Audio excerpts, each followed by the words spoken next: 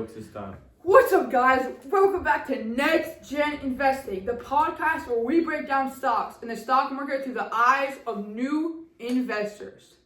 And I'm Buffett. So every week we dive into stock picks, market news, and what to watch next. So let's get into it. First up, last week's pick.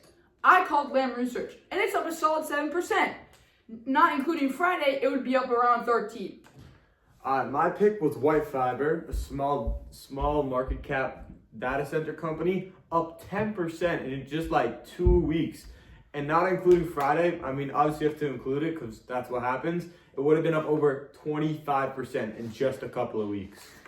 All right, now let's break down the big headlines that moved the market last week. The market had an interesting week. Major indices, including the Dow, S&P, and NASDAQ, showed resilience, with some even hitting new record highs, despite economic challenges like the ongoing U.S. government shutdown affecting data releases.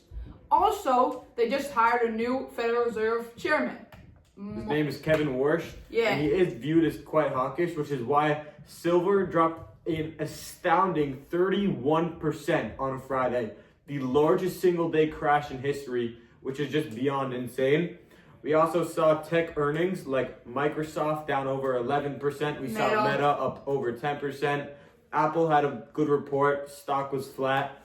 Overall, it was a week where the market shrugged off a lot of risk and kept on climbing. But under the surface, there's still a lot to watch. Now, on to what's coming up next week. Let's check it out. We have the upcoming January jobs report, even though it's February, and key labor market data. The January jobs report is in February, but Warren's got some work to do.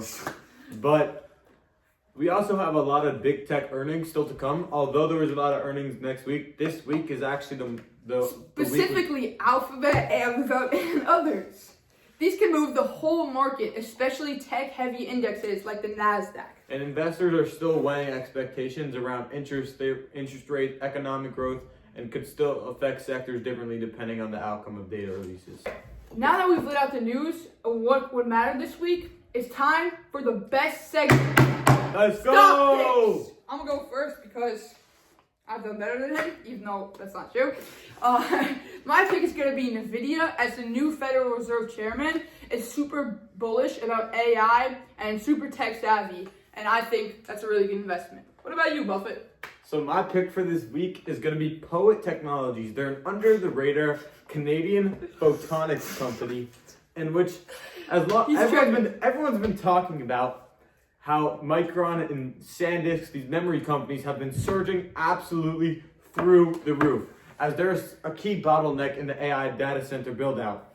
So another part that a lot of people are putting under the radar is the interconnectivity between these GPUs.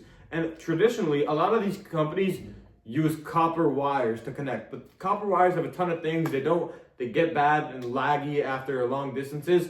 So what people are starting to use are lasers to transmit data between GPUs. So Poet Technologies specializes in these photonic technologies, and I think they got big room to run. Well, we'll see about that next week. That's a wrap for today's Next Gen Investors. We'll see you next week. I'm Warren. I'm Buffett. That's a wrap. This is Next Gen Investing.